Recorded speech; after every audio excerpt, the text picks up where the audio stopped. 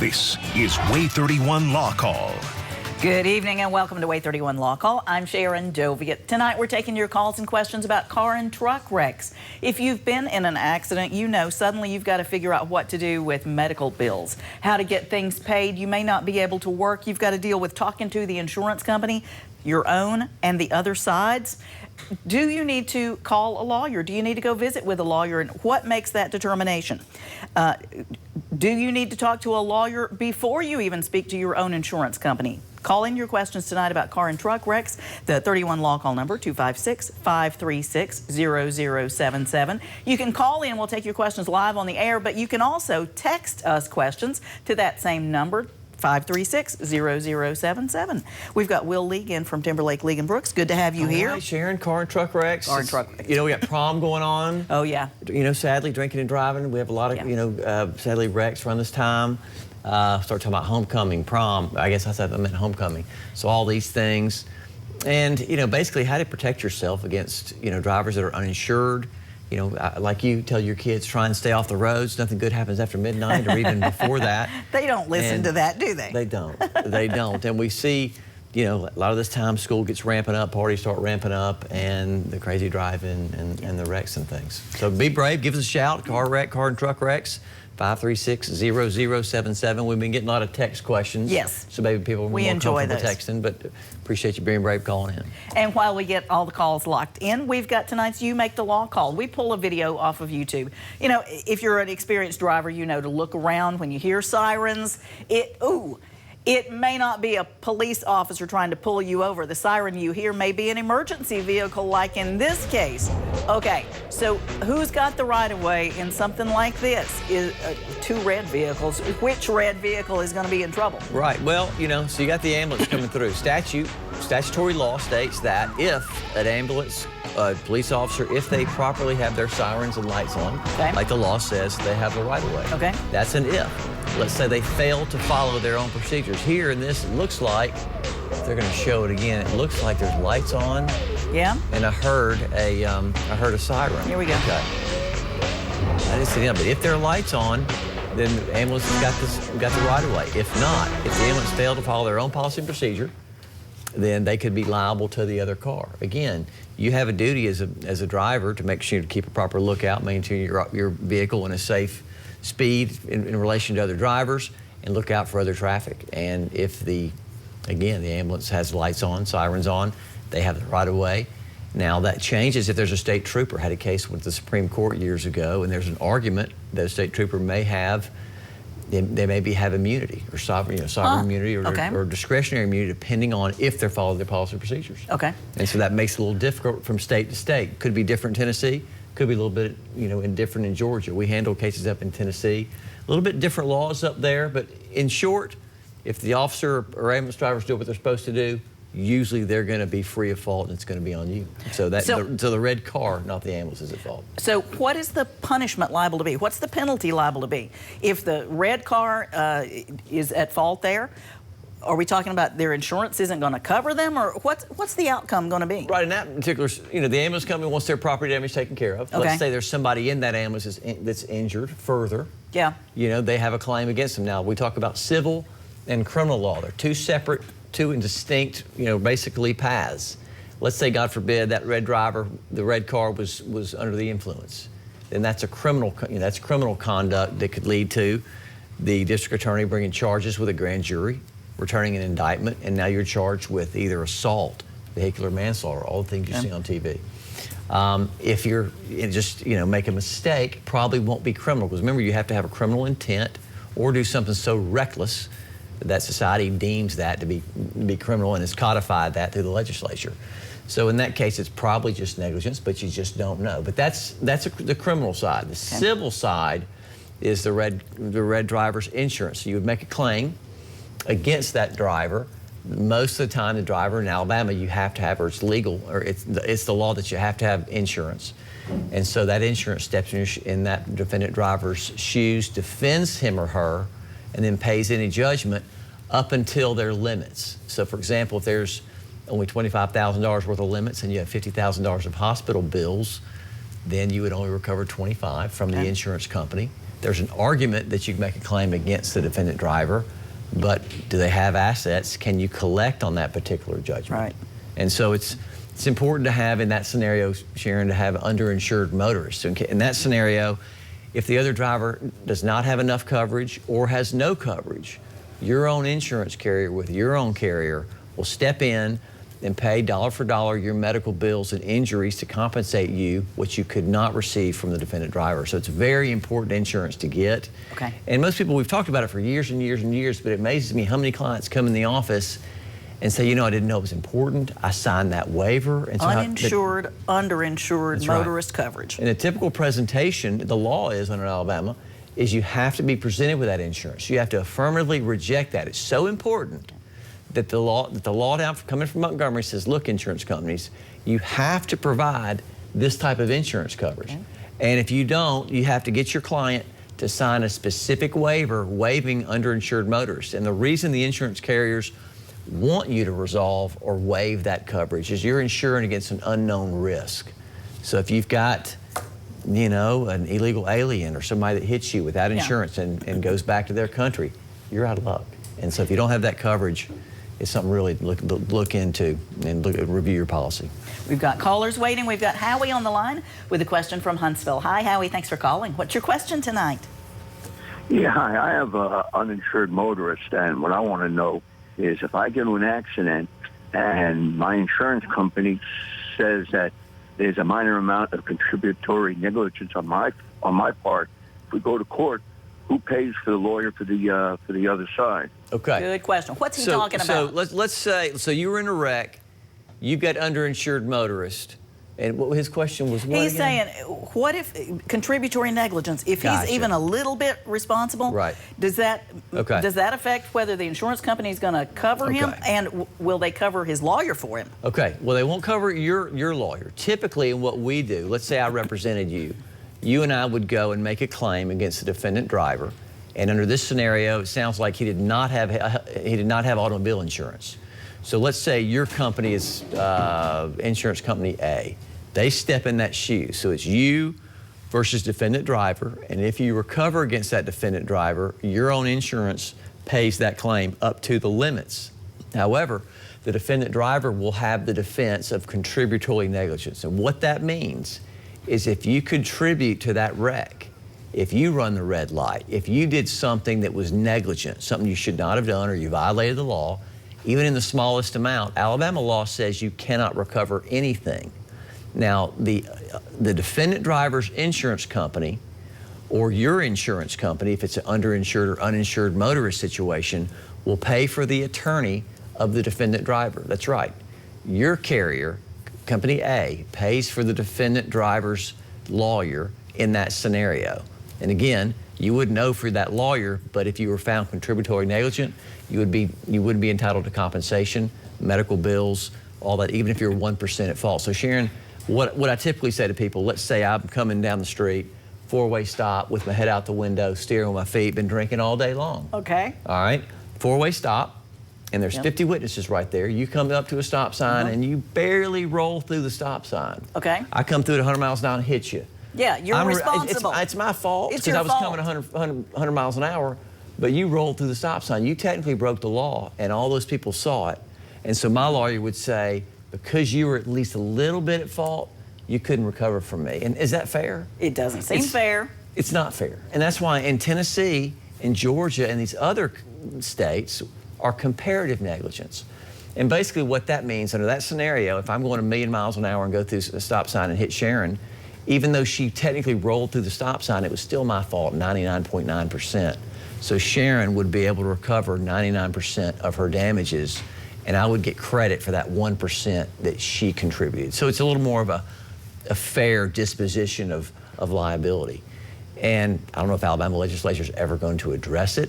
Insurance companies are running the show down there, so they probably won't. It gets a lot of insurance companies out of making any type of compensatory payment. And this caller sounds like he was a victim of that as well. And that comes up in a lot in our cases. Sure, and it's very unusual, right? Alabama is very unusual. You know, we're one of only a handful of states that still have the archaic contributory negligence, and sadly, it doesn't look like it's going to be changed anytime soon. But if you're talking to your legislature, maybe mention that. If you're going to hit me, let's do it in Georgia or Tennessee. Sadly, yeah. We've got Amber on the line with a question from Huntsville. Hi, Amber. Thanks for calling. What's your question tonight? Sharon. Hi. My question is, over the past 3 weeks, Governor's Drive, University Drive, and Silvery Road, when there is an emergency vehicle, no one pulls over. No one. I've been on Governor's before, and an ambulance is coming up, and there's 3 lanes of traffic going this direction, and nobody seems to move. So nobody will move. We're supposed to, right? You're supposed to move over, even pull off the road. Amber, are you seeing them? Are you seeing them move at all, or are you just continuing ordinary course of business? I see it every single day. You know, I've seen it too. It's one thing when it's so packed and you're stopped at a light or something, you can't move over at that moment. But we're supposed to all move over, give them the chance to get through. Right. If it's your loved one, you certainly want them to get through that. It's the law. Emergency vehicles supposed to do what you can do to clear the way, clear the path, do what's reasonable without being unsafe. And what she's describing, sadly, is everybody is getting more and more busy. Do people care? Is compassion at an all-time low? Well, based on this caller and people not getting out of the way or not even making an attempt to and just continuing to drive, could you be pulled over for it? Yeah, typically they got more important things to do, and it's wrong, selfish, and against the law. And so you're supposed to take evasive action and maneuver your vehicle to make it safer for emergency responder.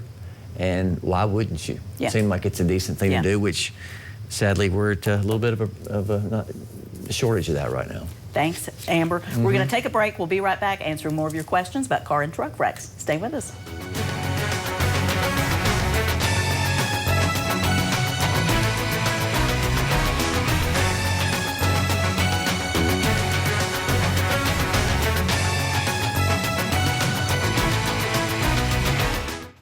You're watching WAAY 31 Law Call. Your rights, your calls, live. Presented by the Tennessee Valley's award-winning personal injury and wrongful death law firm, Timberlake, League & Brooks. Featuring the knowledge and experience of Attorney Michael Timberlake, Attorney Will League, Attorney Heath Brooks, Attorney William Maservi. And hosted by broadcaster and family law attorney Sharon Doviet. This is WAAY 31 Law Call. Welcome back to 31 Law Call. Tonight we're talking about car and truck wrecks. Will League is here from Timberlake, League & Brooks answering your questions, and we've got callers waiting. Phone number 536-0077. You can call or you can also text, and we've got text coming in as well. We've got Ethel on the line with a question from Athens. Hi, Ethel. Thanks for calling. What's your question tonight?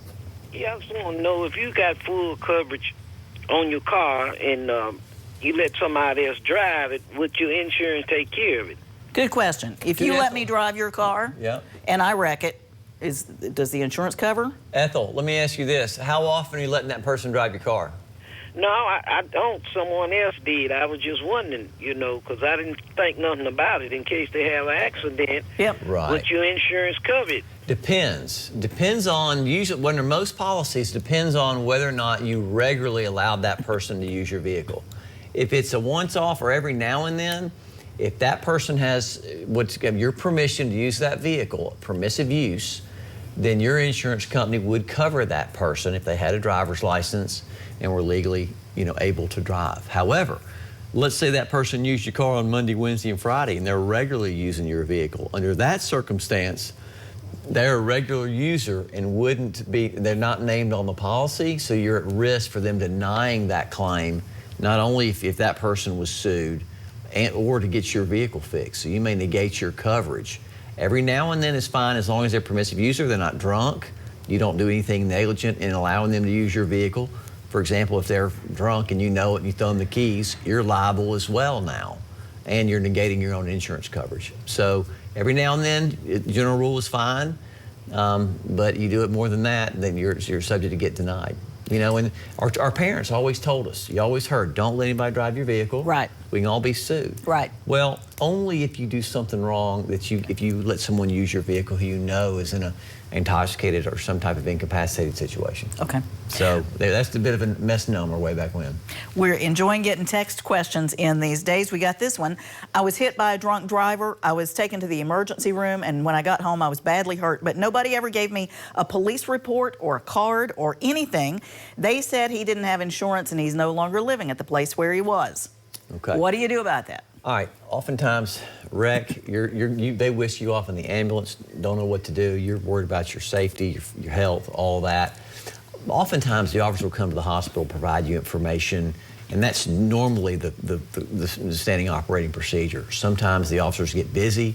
Maybe they're tracking down, depending on what time, what shift they're on. Sometimes they can't get down there, and that's the exception, not the rule. You can go down to your local police department. If you know if it was Huntsville PD, was it the county, was it a state trooper? And that'll let you know where you go and get that particular police report. And then from there, you can go back, and we're looking at body cam and things like that to get more evidence in our cases. So first, get that police report. Okay. Then you can maybe find out. And again, like we talked about earlier with the other caller, if that person did not have coverage, hopefully you have underinsured motorist coverage or uninsured motorist coverage to cover you for your injuries, medical bills, and things like that. Now, that will not cover the damage to your vehicle. You have to go into your own comprehensive and collision for that. Okay. We've got Mike on the line with a question from Huntsville. Hi, Mike. Thanks for calling. What's your question tonight? Yeah, it's me and my wife was in a wreck back in February, almost 2 years ago. Okay. And we are trying to get our extended warranty back from the car. The car was totaled. Okay.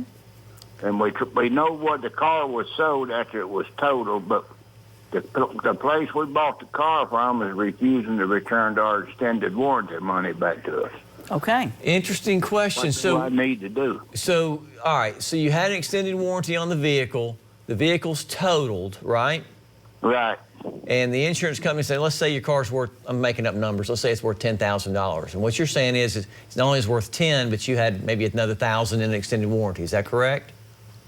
Do what now? I can't hardly hear you. Okay. So under the scenario, let's say they say your car's worth $10,000, okay, and they pay you that. You're saying that maybe you have maybe $1,000. I'm making up numbers now. They didn't give us nothing. For extended, I'm not certain the extended warranty. What it was, we were sitting at a red light and a woman hit us in the rear end and told us our vehicle out. Right. And well, under Alabama law, you're entitled to the fair market value of your vehicle. Go ahead, I interrupt you. Go ahead. The woman didn't have no insurance. Okay. We had an uninsured and underinsured motorist.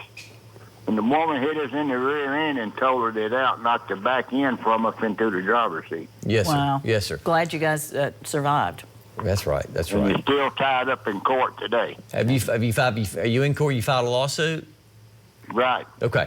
All right. So under Alabama law, you're entitled to the fair market value of your vehicle. Let's say it's worth $10,000, and you got a lien on it for $15,000. Well, the insurance company, your insurance, not underinsured motorists, but your collision and comprehensive, will cover you for that $10,000 minus your deductible. All right. And if you have an extended warranty on there, they don't have to pay that because, again, under Alabama law, they only have to pay you the fair market value of the vehicle. And I don't think the argument would prevail that a fair market value included an extended warranty. And so, unfortunately, you wouldn't be able to recover that under Alabama law. We got this email question. This is from Walt. Walt wrote, I was hit by a drunk driver in downtown Huntsville. He had no license and no insurance. I spent 2 days in the hospital. What recourse do I have to get my medical bills covered? A couple of different ways. We talked earlier about criminal law. Okay, so if you got a drunk driver that hits you, let's say he or she was arrested for DUI. All right, that's under the criminal aspect of the law. The district attorney will prosecute that driver for driving under the influence, assault, battery, whatever your injuries were. Oftentimes, when a defendant is convicted, not only is a punishment, but they have to compensate the victims or pay into a victim's compensation fund, and that fund helps victims, such as yourself, in this particular one who texted in, right. Whatever your medical bills would be. So that driver may be under probation until those bills are paid off. Okay. That's under the criminal aspect. Where we come in is we make a claim against that defendant driver. And sometimes that defendant driver's insurance carrier, but in this case did not have one. So again, not only does the Victims Compensation Fund on the criminal side, but underinsured motorists, seems like we talked about that a lot tonight. Yeah. That will come in to compensate you for your medical bills, lost wages, you know, and physical pain and suffering from that particular wreck. And that's what the underinsured motorist, does. But the criminal aspect is a separate and apart. And so that's something you want to stay in contact with the DA, because in the DUI cases, oftentimes they're prosecuting those cases. Sharon, we've got, sadly, several death cases going on with when a driver was driving intoxicated, killed our client. Okay. And we're waiting for the criminal side to be finished so we can complete our side. Because again, as you all heard on TV, the Fifth Amendment, they don't have to testify against themselves in the criminal aspect. But the civil case, they can't behind that. So you have to get the criminal case out of the way before you can even do the civil case. That's right. That's right. Okay, we got this text question in. If I have full coverage on my vehicle and my daughter drives me because I've got health problems, if we have a wreck, will my insurance pay? Does she or he, do they need to put the daughter on the insurance if they're being driven? You know, to be safe, I would say yes. Okay. Because again, if your daughter is regularly driving that automobile and there's an exclusion on your policy for someone who regularly operates your motor vehicle, whether for work, play, leisure, any of that, they can deny that claim. So if you're going to have somebody consistently driving, you want to either have them as a named insured or an additional insured, just so you don't run into the problem of, okay, something's happened, and your insurance company then finds out the daughter's been driving you for the last few weeks, and they can determine that to be, you know, more than every now and then. Yeah. I know that's kind of obtuse and ambiguous, but again, the more they drive it, the more at risk you are for them denying that particular claim. And again, that could be, you know, thousands and tens of thousands of dollars to fix your car, replace your car. You know, God forbid you hurt yourself or somebody else. You know, it gets real quick. We got this email question from Kelly. My cousin was at a stoplight when a delivery truck hit him head on. He's been in a coma since the accident. The other driver wasn't even hurt, and his insurance has been calling my aunt, but she's too upset to deal with it right now. What should we do? The typical presentation is, once the defendant's insurance company knows that there's a claim, the first line of defense is to reach out to the plaintiff, reach out to the injured party, and try and get a release. That's the operating procedure. Oftentimes, they're able to reach that person, have them sign a release, then they're off the hook, game's over, no claim to be made. Oh, wow. In this scenario, you know, they're dealing with somebody in a coma, they're calling the aunt, trying to get information, and it could be as innocent as they're trying to just work their claim and get things started and help them. I hope that's the case. Or as sinister as, hey, please sign this release and we'll get back with you later. We've seen it all. And so, you know, support your aunt, do what you can, but try and shepherd the cause from her to y'all's lawyer. Go and sit down and talk to somebody, our firm, somebody else that does personal injury work that can at least start gathering evidence. You know, we tell people that evidence is like water in the sun. It splashes around, it evaporates, and if you don't get it while it's there, it's gone. We'll be right back, taking a break.